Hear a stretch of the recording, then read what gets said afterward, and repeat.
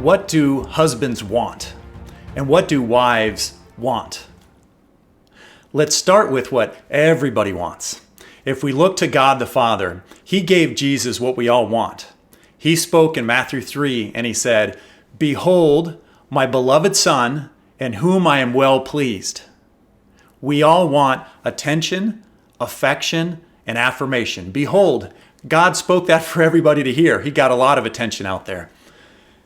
My beloved Son, we want affection. We want to be loved. In whom I am well pleased.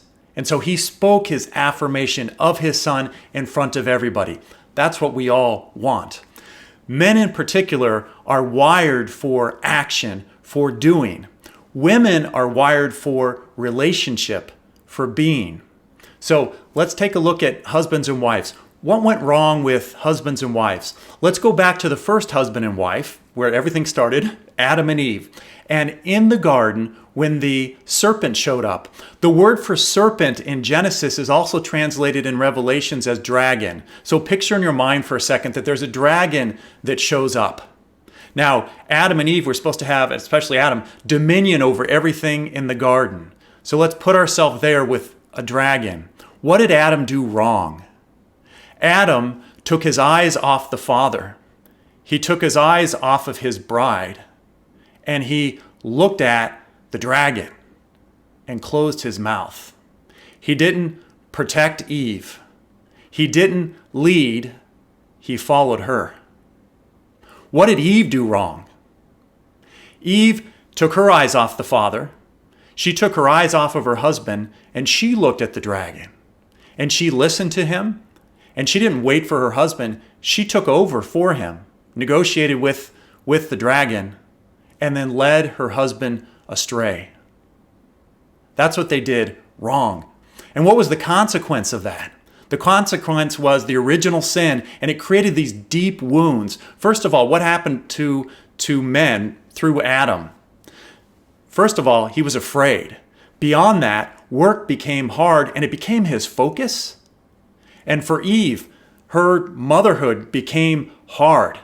And her longing after her husband for his attention was going to be more difficult because he was going to be stuck focusing in on his work. And so it created this deep wound. The wound for man is, am I enough? Can I provide for my family?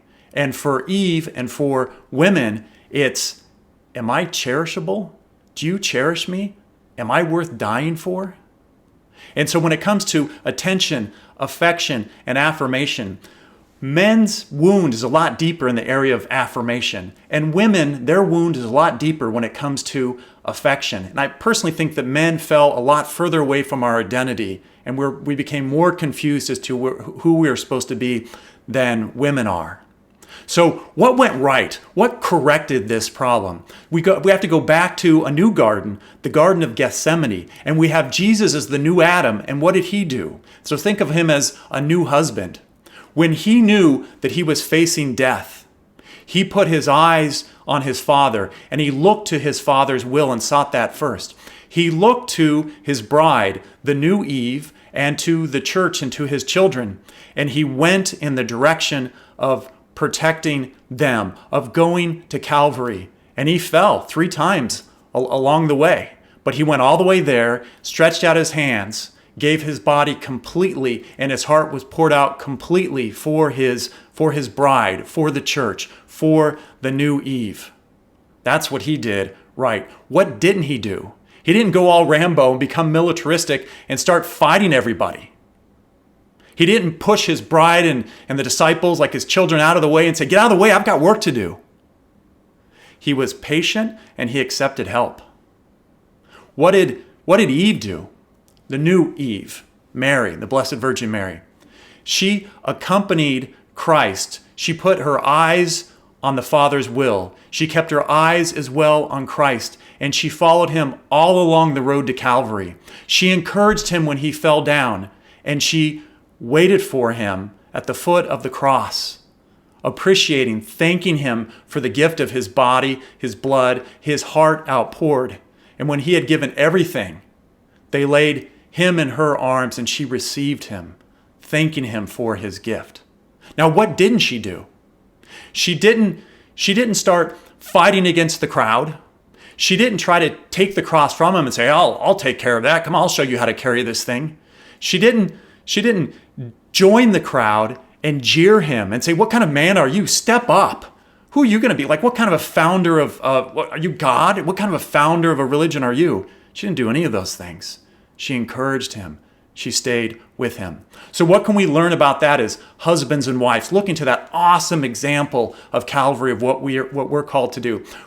We need to give husbands and wives, we need to give each other what we really want. So what do husbands really want? Husbands want respect. If a husband has the opportunity for respect or affection, we'll take respect. Wives have difficulty understanding that, but that is more important to us. How do you give us respect? Through affirmation, through encouragement. Even when we fall, even when we look worthless, even when it looks like we're not going to make it. We need that from you. We need that affirmation. And wives, husbands, you know what wives really want? Wives want to be cherished. And how do you cherish them? How do you cherish your wife? By listening to her, by freeing her up to be a mother. And what happened at the cross?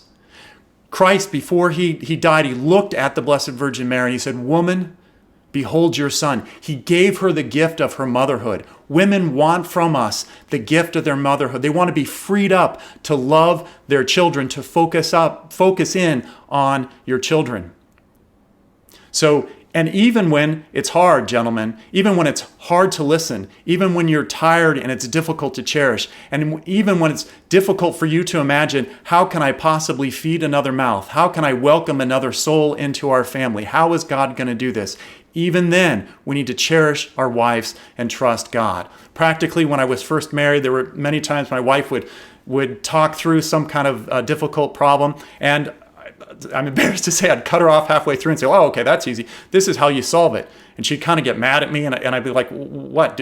What's wrong? I thought that was a pretty good solution. And she said, I just want you to listen.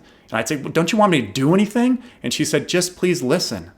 Husbands, listening is doing something. Listening is cherishing them. And if you don't listen, then you're reinforcing the lie, the deep wound, that they're not worth listening to. They're not cherishable. And wives, what do you need to do for your husband? You need to respect him, affirm him, encourage him, even when things are tough. And so when a wife starts to jeer her husband and say, gosh, you're not going to amount to anything, it reinforces the lie that he's not enough. Because if you can't see that there's greatness within us, we're already having difficulty seeing it. And then we begin to believe that it's not there, which is a lie. That spark of greatness is in all of us, put there by God. So husbands, when you give your wife what she really wants and needs, and wives, when you give your husband what he really wants and needs, you help each other to become who God wants you to be.